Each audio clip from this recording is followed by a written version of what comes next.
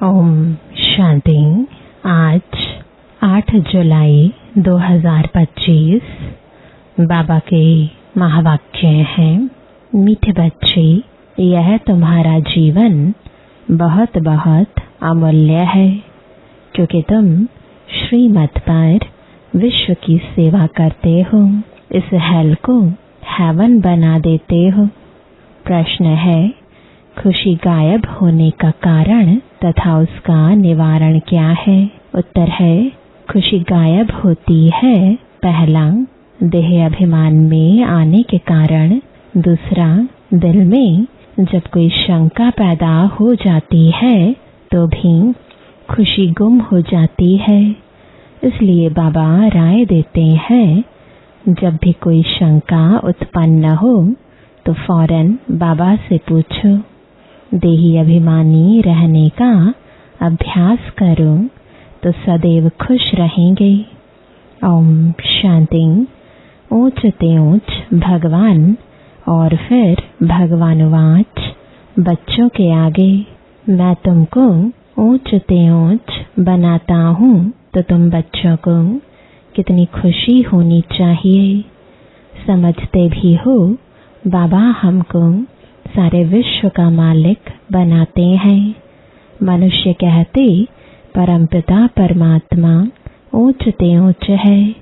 बाप खुद कहते हैं, मैं तो विश्व का मालिक बनता नहीं हूँ। भगवानुवाच, मुझे मनुष्य कहते हैं ऊंच ते ऊंच भगवान, और मैं कहता हूँ कि मेरे बच्चे ऊंच ते ऊंच हैं। सिद्ध कर बताते हैं।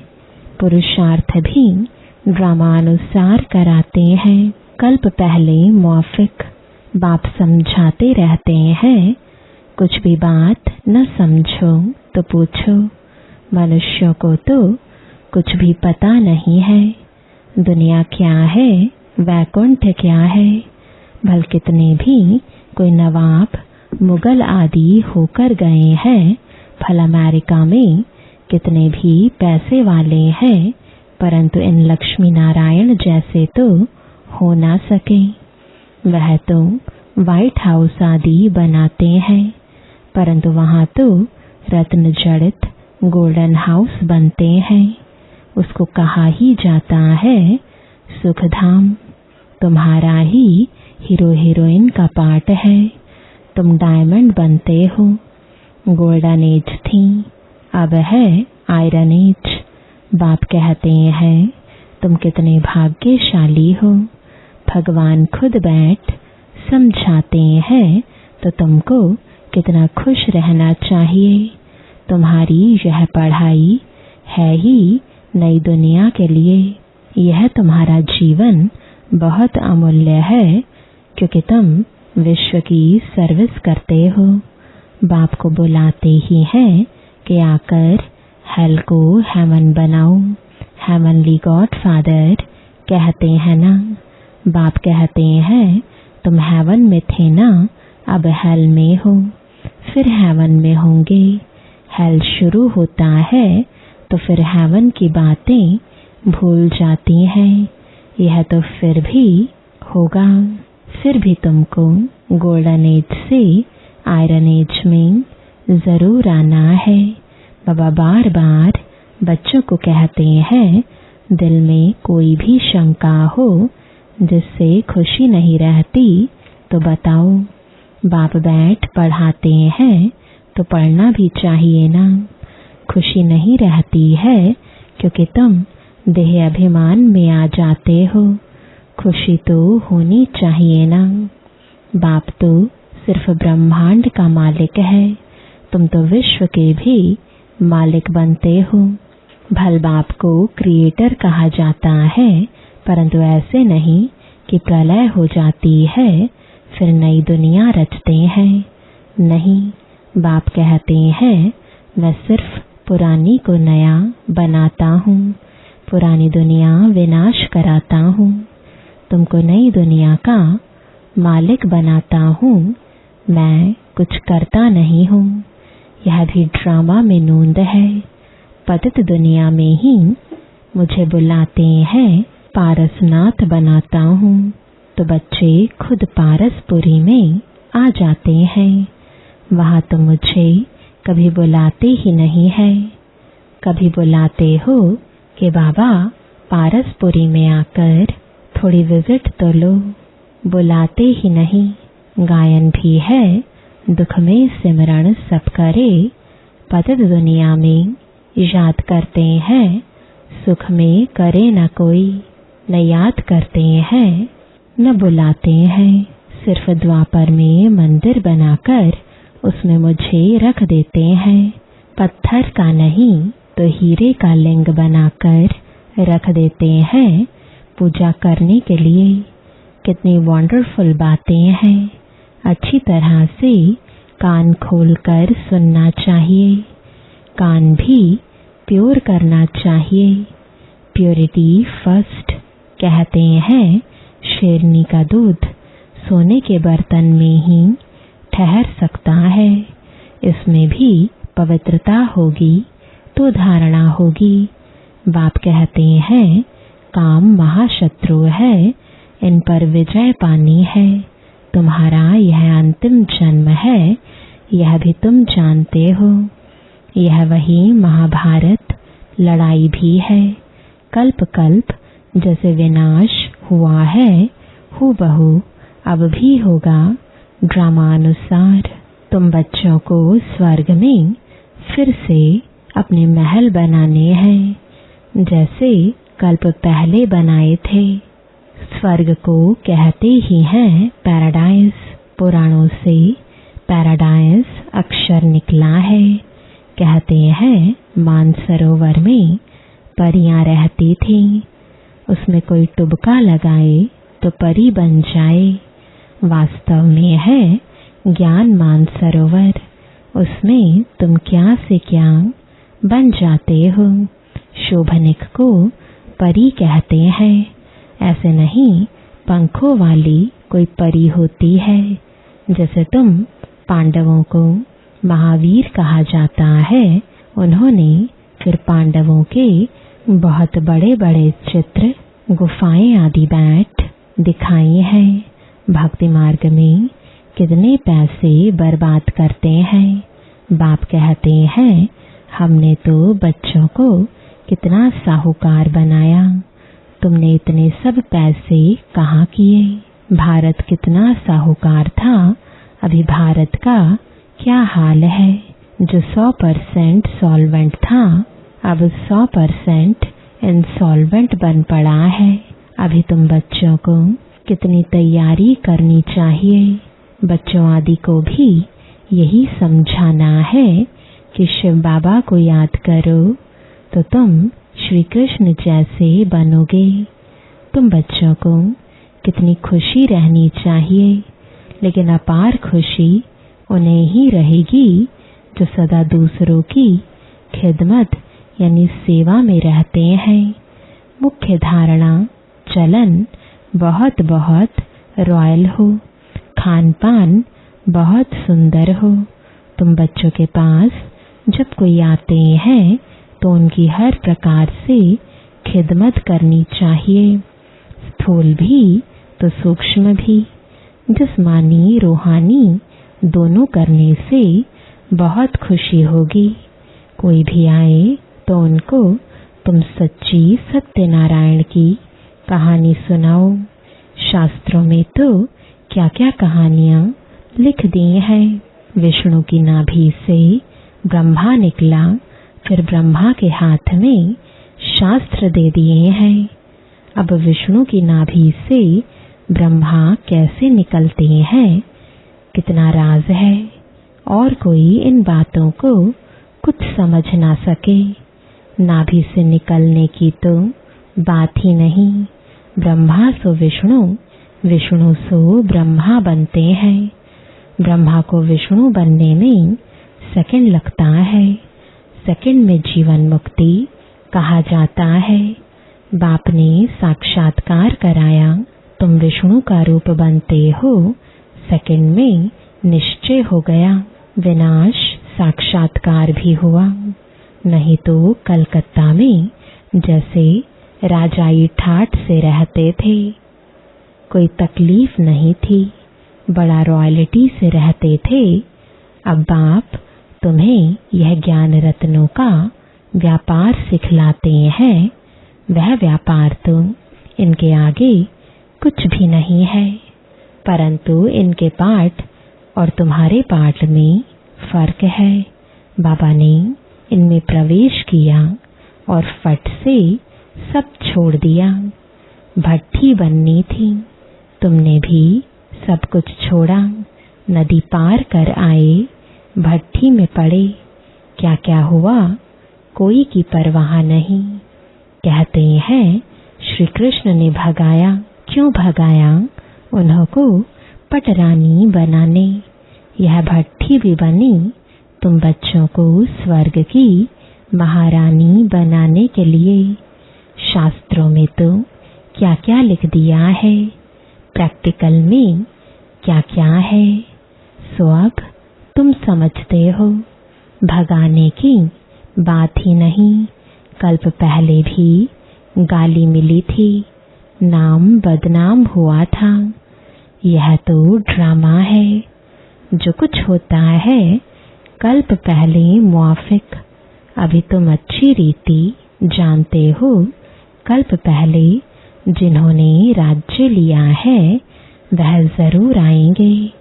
बाप कहते हैं मैं भी कल्प कल्प आकर भारत को स्वर्ग बनाता हूँ।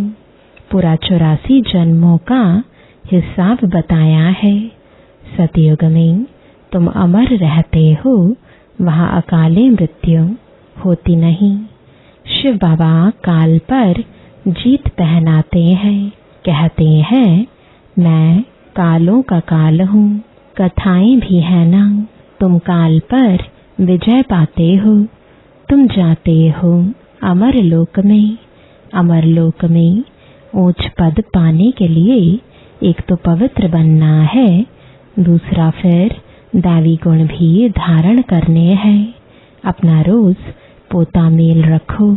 रावण द्वारा तुमको घाटा पड़ा है, मेरे द्वारा फायदा होता है। व्यापारी लोग इन बातों को अच्छी रीति समझेंगे। यह है ज्ञान रत्न। कोई विरला व्यापारी इनसे व्यापार करे। तुम व्यापार करने आए हो, कोई तो अच्छी रीति व्यापार कर स्वर्ग का सौदा लेते हैं 21 जन्म के लिए। 21 जन्म भी क्या, 50-60 जन्म तुम बहुत सुखी रहते हो, पदम पति बनते हो। देवताओं के पैर में पदम दिखाते हैं ना, अर्थ थोड़े ही समझते हैं। तुम अभी पदम पति बन रहे हो तो तुमको कितनी खुशी होनी चाहिए। बाप कहते हैं मैं कितना साधारण हूँ, तुम बच्चों को स्वर्ग में ले जाने आया हूँ। बुलाते भी हो, हे पतित पावन आओ, आकर पावन बनाओ। पावन रहते ही हैं सुख धाम में। शांति धाम की कोई हिस्ट्री ज्योग्राफी तो हो नहीं सकती। वह तो आत्माओं का झाड़ है। सूक्ष्म वतन की कोई बात ही नहीं। बाकी यह सृष्टि चक्र कैसे फिरता है वह तुम जान गए हो। सतयुग में लक्ष्मी नारायण की डिनाइस्टी थी, ऐसे नहीं। एक ही लक्ष्मी नारायण सिर्फ राज्य करते हैं। वृद्धि तो होती है ना। फिर द्वापर में वही पूज्य सो फिर पुजारी बनते हैं। मनुष्य फिर परमात्मा के लिए कह देते आपे ही पूज्य। जिसे परमात्मा के लिए सर्वव्यापी कह देते हैं, इन बातों को तुम समझते हो। आधा कल्प तुम गाते आए हो ऊंचते ऊंच भगवान, और अब भगवान वाच ऊंचते ऊंच बच्चे हो। तो ऐसे बाप की राय पर भी चलना चाहिए ना। गृहस्थ व्यवहार भी संभालना है। यहाँ तो सब रह ना सके। सब रहने लगे तो कितना बड़ा मकान बनाना पड़े। यह भी तुम एक दिन देखेंगे कि नीचे से ऊपर तक कितनी बड़ी क्यू लग जाती है दर्शन करने के लिए। कोई को दर्शन नहीं होता है तो गाली भी देने लग पड़ते हैं। समझते हैं महात्मा का दर्शन करें। अभी बाप तो है बच्चों का, बच्चों को ही पढ़ाते हैं। तुम जिसको रास्ता बताते हो कोई तो अच्छी रीति चल पड़ते हैं, कोई धारणा कर नहीं सकते। कितने हैं जो सुनते भी रहते फिर बाहर में जाते हैं तो वहां के वहां रह जाते। वह खुशी नहीं, पढ़ाई नहीं, योग नहीं। बाबा कितना समझाते हैं, चार्ट रखो नहीं तो बहुत पछताना पड़ेगा। हम बाबा को कितना याद करते हैं, चार्ट देखना चाहिए। भारत के प्राचीन युग की बहुत महिमा है। तो बाप समझाते हैं कोई भी बात नहीं समझो तो बाबा से पूछो। आगे तुम कुछ भी नहीं जानते थे। बाबा कहते हैं यह है कांटों का जंगल, काम महाशत्रु है। यह अक्षर खुद गीता के हैं। गीता पढ़ते थे परंतु समझते थोड़े ही थे। बाबा ने सारी आयु गीता पढ़ी, समझते थे गीता का महात्म बहुत अच्छा है। भक्ति मार्ग में गीता का कितना मान है। गीता बड़ी भी होती है, छोटी भी होती है। श्री कृष्ण आदि देवताओं के वही चित्र पैसे पैसे में मिलते रहते हैं। उन्हीं चित्रों के फिर कितने बड़े बड़े मंदिर बनाते हैं। तो बाप समझाते हैं तुमको तो विजयमाला का दाना बनना है। ऐसे मीठे मीठे बाबा को बाबा बाबा भी कहते हैं। समझते भी हैं स्वर्ग की राजाई देते हैं। फिर भी सुनंती कथंती अहो माया फारकती देवंती। बाबा कहा तो बाबा माना बाबा। भक्ति मार्ग में भी गाया जाता है पतियों का पति, गुरुओं का गुरु एक ही है। वह हमारा फादर है। ज्ञान का सागर पतित पावन है। तुम बच्चे कहते हो बाबा हम कल्प कल्प आपसे वर्षा लेते आए हैं, कल्प कल्प मिलते हैं। आप बेहद के बाप से हमको जरूर बेहद का वर्षा मिलेगा। मुख्य है ही अल्फ, उसमें बेमर्ज है। बाबा माना वर्षा, वह है हद का, यह है बेहद का। हद के बाबा तो ढेर के ढेर हैं, बेहद का बाबा तो एक ही है। अच्छा, मीठे मीठे 5000 वर्ष बाद फिर से आकर मिलने वाले बच्चों प्रति बाप दादा का याद प्यार और गुड मॉर्निंग। रूहानी बाप की रूहानी बच्चों को नमस्ते। रूहानी बच्चों की रूहानी बाप दादा को गुड मॉर्निंग और नमस्ते। धारणा के लिए मुख्य सार है, पहला स्थूल सूक्ष्म खिदमत यानी सेवा कर अपार खुशी का अनुभव करना और कराना है। चलन और खान पान में बहुत रॉयल्टी रखनी है। दूसरा, अमरलोक में उच्च पद पाने के लिए पवित्र बनने के साथ साथ दैवी गुण भी धारण करने हैं। अपना पोता मेल देखना है कि हम बाबा को कितना याद करते हैं। अविनाशी ज्ञान रत्नों की कमाई जमा कर रहे हैं। कान प्योर बने हैं जिसमें धारणा हो सके। वरदान है, सेवा करते हुए याद के अनुभवों की रेस करने वाले सदा लवलीन आत्मा भव। याद में रहते हो, लेकिन याद द्वारा जो प्राप्तियां होती हैं उस प्राप्ति की अनुभूति को आगे बढ़ाते जाओ। इसके लिए अभी विशेष समय और अटेंशन दो, जिससे मालूम पड़े कि यह अनुभवों के सागर में खोई हुई लवलीन आत्मा है। जैसे पवित्रता शांति के वायुमंडल की भासना आती है, वैसे श्रेष्ठ योगी लगन में मगन रहने वाले हैं। यह अनुभव हो, नॉलेज का प्रभाव है, लेकिन योग के सिद्धि स्वरूप का प्रभाव हो। सेवा करते हुए याद के अनुभवों में डूबे हुए रहो। याद की यात्रा के अनुभवों की रेस करो। स्लोगन है, सिद्धि को स्वीकार कर लेना, अर्थात भविष्य प्रारब्ध को यहाँ ही समाप्त कर देना। आज का अव्यक्त इशारा, संकल्पों की शक्ति जमा कर श्रेष्ठ सेवा के निमित्त बनो। जितना जितना आप बच्चे श्रेष्ठ संकल्प की शक्ति से संपन्न बनते जाएंगे, उतना श्रेष्ठ संकल्प की शक्तिशाली सेवा का स्वरूप स्पष्ट दिखाई देगा।